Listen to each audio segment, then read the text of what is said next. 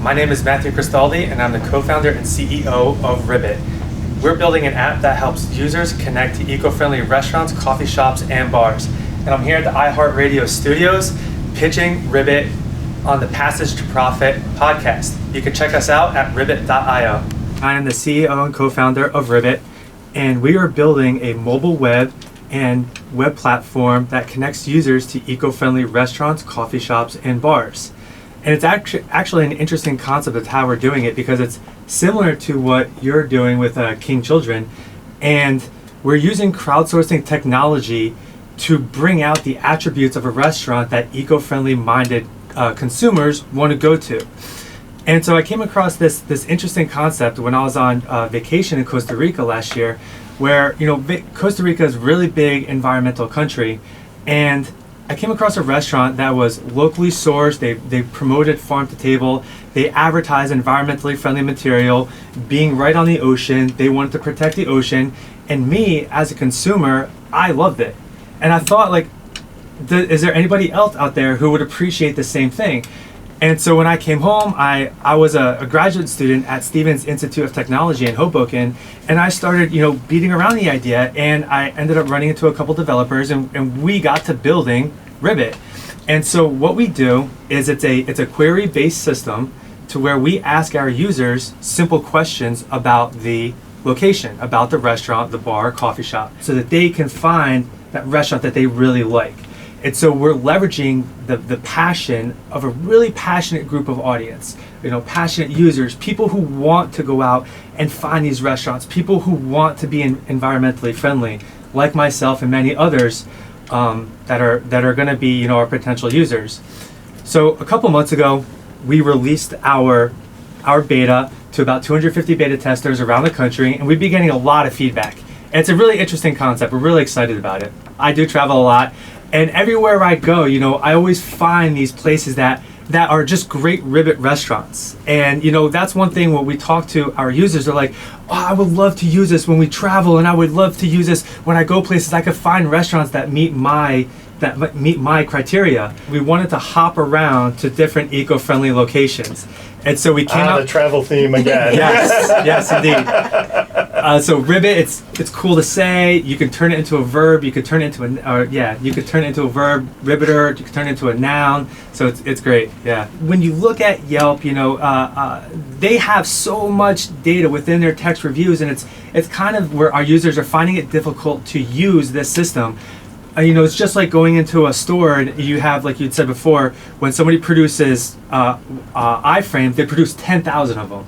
It's like, oh, I got to find something that's so specific to my face. Well, that's what we're doing. I want to find something specific to me that I like, and you could do that by going onto Ribbit.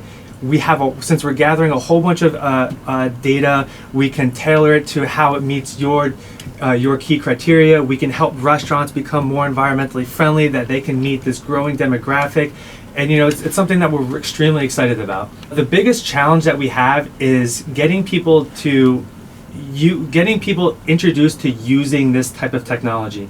And so we're introducing a new concept. When you go into a restaurant, you answer questions rather than leaving an subjective review. And so I think the biggest thing that we're gonna have to face is, how do we get other people in other markets using this technology? Because if it does work, I think they'll continue using it, but it's really getting them to use it for the first time and getting them used to it. That's, I think, what is going to be our biggest challenge. Over the past couple of years, I've really surrounded myself with a great group of network of environmentalists, people, developers, technology, just a big group of network. And I think our initial approach is that we want to use that network to get our large user group up. And then we're hoping that group has another referral system, and it could just explode by word of mouth. That people are like, oh wow, try this app. It's really great. I really like it. You can try it. That's what we're hoping for. And I think if we can give our user immediate value, I think that'll happen. At the outset, I'm sure you did a bunch of research on the market that you're trying to address. Could you tell us a little bit more about the research that you did and what you found that got you so excited? Yeah, so it touched me last year when we were in Costa Rica, and I came home and we started doing research and started asking those questions, and we found that actually 66% of people would prefer to go to a restaurant that they know is environmentally friendly and sustainable. So in that matter, you have two restaurants, one that isn't environmentally friendly and one that is. You're most likely to choose the one that is. And we looked at that there's a willingness to pay, is that people are willing to pay more for goods and services that they know are environmentally and socially responsible. If I know that this isn't going to end up in the ocean, which World Oceans Day is June 8th coming up, if I know that this container that I'm eating out of isn't going to end up in the ocean or damaging some poor animal, then I'm going to pay more for it. I'm more likely to do that, but also it just feels great. And when you look at locally sourced food, it's higher nutrition, it supports a local economy, and you like when a local restaurant is as dedicated to this concept as you are, and that's you're willing to pay a little bit more for it. What we're really doing is taking that B2C data and providing B2B value.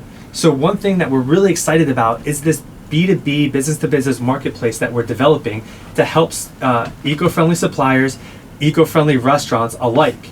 And so once we develop this ecosystem, I really think that this is going to separate us from our competition, because people are going to want to go to Ribbit to, one, find eco-friendly restaurants, and two, if you're a restaurant, I want to connect to eco-friendly suppliers so that I could tap into that high willingness to pay market of environmentally friendly consumers. Based on the questions that our users, we call them Riveters, based on our Riveters answers, we can determine with some confidence of removing outlier type data.